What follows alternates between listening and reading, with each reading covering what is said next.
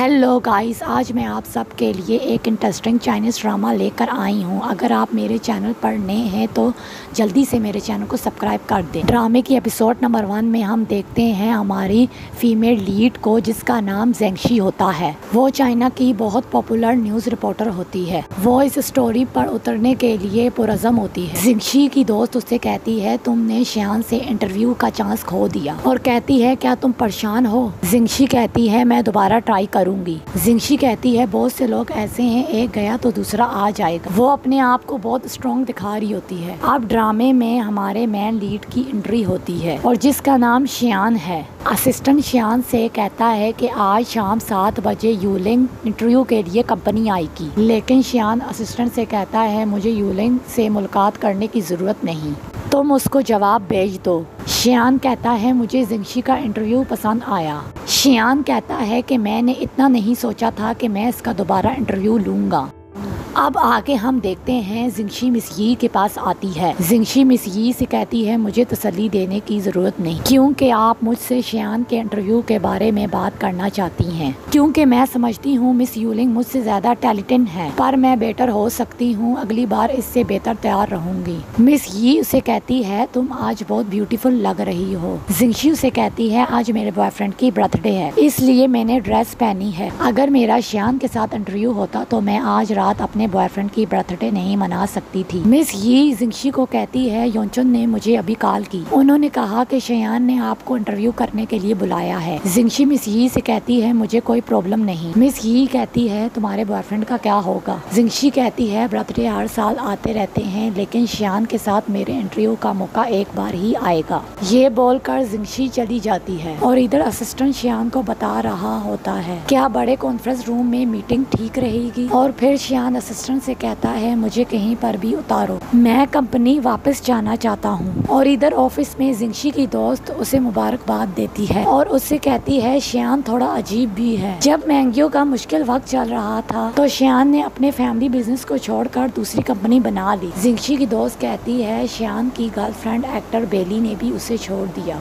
जेंगशी कहती है मुझे लगता है वो बहुत स्ट्रॉन्ग है। और इधर शियान कंपनी आ जाता है तो मीटिंग रूम में एक लड़का बैठा होता है जिसको शियान बहुत गौर से देख रहा होता है। जेंगशी अपने दोस्त से कहती है शियान की इंटरनेट पर क्लियर फोटो भी नहीं है। शियान की वीडियो या ऑडियो हमें मिल जाए तो मुझे यकीन है वो लोगों का ध्यान अपने तरफ कर लेगा। जेंगशी की दोस्त उससे कहती है वो बिजनेस स्टार्ट करने के बाद और भी कम हिम्मत वाला हो गया है, पर हमारे मैगजीन के पास इतनी ताकत नहीं है जो इलेक्ट्रॉनिक मैगजीन बना दे। जेंगशी कहती है मैं देख लूंगी। शियान जैसे ही मीटिंग रूम में एंटर होता है, शियान लड़के को कहता है मैंने आपकी अपडेट और इन्फॉर्मेशन देखी है, वो बहुत ही अच्छी है। शियान अपने वर्कर लेली से कहता है आप इस लड़के से कहें वेटिंग रूम में मेरा थोड़ा इंतजार करें। वर्कर कहती है ठीक है। यहाँ पर 2 आदमी टेबल पर बैठे होते हैं। वो शियान से कहते हैं पहले आपके फादर के साथ बहुत अच्छे ताल्लुकात थे, वो कहते हैं हम आपके साथ जरूर काम करेंगे। शियान कहता है कि मैं जानता हूँ कि आपने मेहनत की, लेकिन लियांग चाहती है कि हम उसके साथ काम करें, तो आपको मुझे पूरा प्लान बताना होगा। आखिरकार योंचिंग एक इन्वेस्टिंग कंपनी है, ना कि चैरिटी कंपनी। लेकिन ये बात सुनकर वो लोग उठ जाते हैं। अब शियान लड़के चिन से कहता है कि मुझे आपका प्लान पसंद आया। शियान का वर्कर उसके पास आता है और कहता है मिस्टर लियांग और इसके बॉस मिस्टर टियान के पुराने दोस्त थे, अगर आप सिर्फ लियान पर जोर देंगे तो बोर्ड को मनाना मुश्किल हो जाएगा। शियान कहता है कि मैं आपके इस फैसले पर कैसे भरोसा करूं। ये कहकर चला जाता है। अब शियान का असिस्टेंट उसे कहता है मिस किन पहुंच गई है, वो शिकायत कर रही है आप उसे लेने नहीं आए।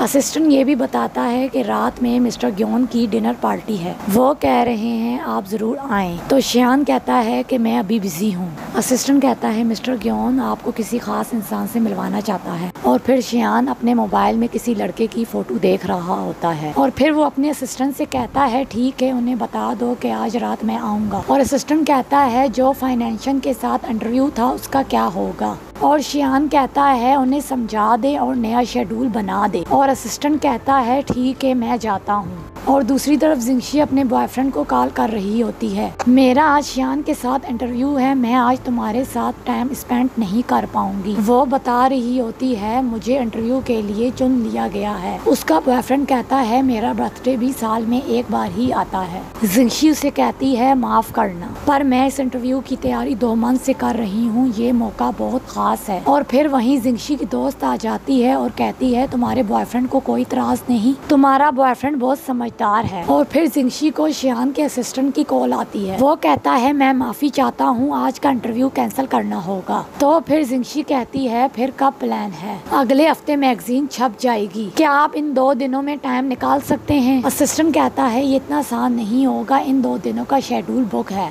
और फिर जिंगशी अपने फ्रेंड को मैसेज करके बोलती है तुम ये मालूम करो कि शियान आज रात कहाँ जाएगा।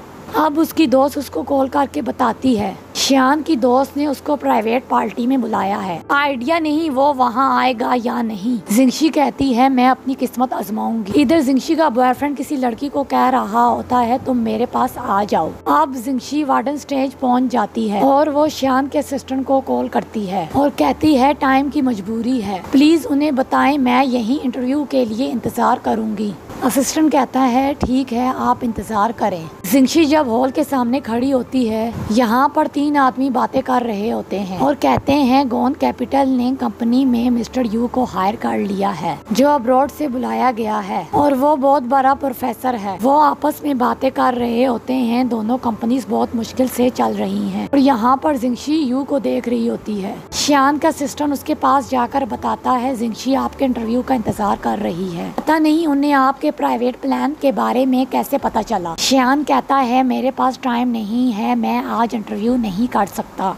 शियान कहता है वो इतने दूर से आई होगी, बिना खाना खाए उसको खाना खिलाओ और घर भेजने के लिए कार का इंतजाम करो, यहाँ पर सवारी ठीक नहीं है। जिंगशी इंतजार करते हुए उसके अचानक स्टमक में दर्द होने लगता है और मेडिसिन लेने लगती है, लेकिन उसके पास पानी नहीं होता। वो पानी लेने जाती है लेकिन यू से पानी दे देता है। जिंगशी उसे कहती है आप प्रोफेसर यू हैं? और यू कहता है आप मुझे जानती हैं? तो जिंगशी उसे कहती है हाँ मैं आपके कुछ न्यूज़पेपर पढ़ती हूँ और कहती है काश मुझे मौका मिलता तो मैं अपने कॉलेज में आपके लेक्चर सुन पाती। यू कहने लगता है तुमने भी university of finance and economics से ग्रेजुएट किया है। जिंगशी कहती है मैं प्रोफेशनल जर्नलिस्ट हूँ। जिंगशी प्रोफेसर यू को कह रही होती है क्या मैं आपका वीचैट ऐड कर सकती हूँ? यू कहता है हाँ बिल्कुल मैं भी करता हूँ।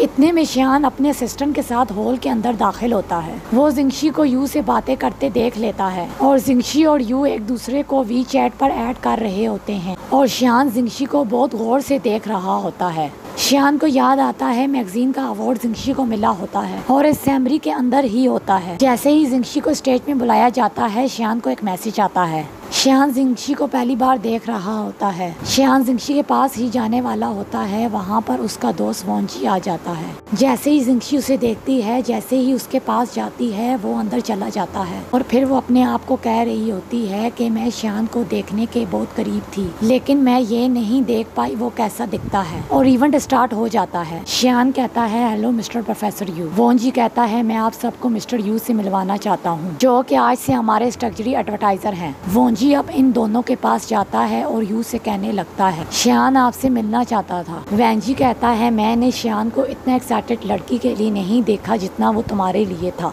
और ये बात सुनकर यू बहुत खुश हुआ। अब वो तीनों आपस में एंजॉय कर रहे होते हैं और इधर बाहर बारिश हो रही होती है। जिंगशी अपने बॉयफ्रेंड को बोलती है मुझे पिक करने आ जाओ। जिंगशी को वहाँ एक अनजान आदमी कहता है क्या मैं आपको छोड़ दूं? और असिस्टेंट शियान से कहता है जिंगशी अभी तक इतनी रात को क्या कर रही है? शियान बोलता है कि तुमने उसे घर भेजने के लिए कार बुक नहीं की। असिस्टेंट कहता है उसने कहा मुझे लेने कोई आ रहा है। शियान कहता है फिर वो अभी यहाँ क्यों है? शियान असिस्टेंट से कहता है गाड़ी को वहाँ ले जाओ। जिंगशी को पहले भी बहुत सारे लोग लिफ्ट देने के लिए बोलते हैं। जब शियान की गाड़ी उसके पास आकर रुकती है, जिंगशी कहती है मुझे पता है बारिश हो रही है, मेरा बॉयफ्रेंड लेने आ रहा है। जैसे ही वो शियान को देखती है उसे यूँ मालूम होता है कि उसने किसी गलत इंसान से बात कर दी। और ये सब सुनने के बाद शियान वहाँ से चला जाता है। शियान का असिस्टेंट देखता है जिंगशी को उसका बॉयफ्रेंड लेने आ गया है। वो कहता है सच में अपने बॉयफ्रेंड का इंतजार कर रही थी, उसका सचमुच बॉयफ्रेंड है। शियान कहता है तुम इस बात को लेकर देखकर बहुत दिलचस्पी ले रहे हो कि उसका बॉयफ्रेंड है या नहीं। असिस्टेंट कहता है ऐसी बात नहीं, मुझे लगता है जिंगशी एक ब्यूटीफुल और टैलेंटेड लड़की है, उसका बॉयफ्रेंड होना एक आम बात है। जिंगशी का बॉयफ्रेंड उससे पूछता है तुम्हारा इंटरव्यू आज कैसा रहा। जिंगशी कहती है उसके बारे में बात नहीं करो। फिर जब जिंगशी का घर आ जाता है तो वो बर्थडे विश करके घर चली जाती है। शिंसो को कॉल आती है, वो एकदम वहाँ से चला जाता है। जिंगशी सोचती है मुझे इंटरव्यू के बारे में एडिटर को बताना है, लेकिन जब वो अपना मोबाइल बैग में देखती है वो नहीं होता और वो अपने टैबलेट में अपने मोबाइल की लोकेशन चेक करती है, उस पर हॉस्पिटल की लोकेशन आ रही होती है। ये सोच में पड़ जाती है शिंगजू हॉस्पिटल में क्या कर रहा है, वो बीमार हो गया है या कार एक्सीडेंट हो गया है। वो जल्दी से हॉस्पिटल जाती है। वो सामने देखती है उसका बॉयफ्रेंड किसी और लड़की के साथ हॉस्पिटल से बाहर आ रहा होता है, लेकिन वो अपने आप को समझाती है शायद उसकी दोस्त हो। वो जैसे ही आगे जाकर देखती है वो लड़की को किस कर रहा होता है। ये देखकर जिंगशी को बहुत बड़ा झटका लगता है, वो बहुत टूट जाती है और उसके हाथ से छतरी गिर जाती है और वो वापस घर जा रही होती है।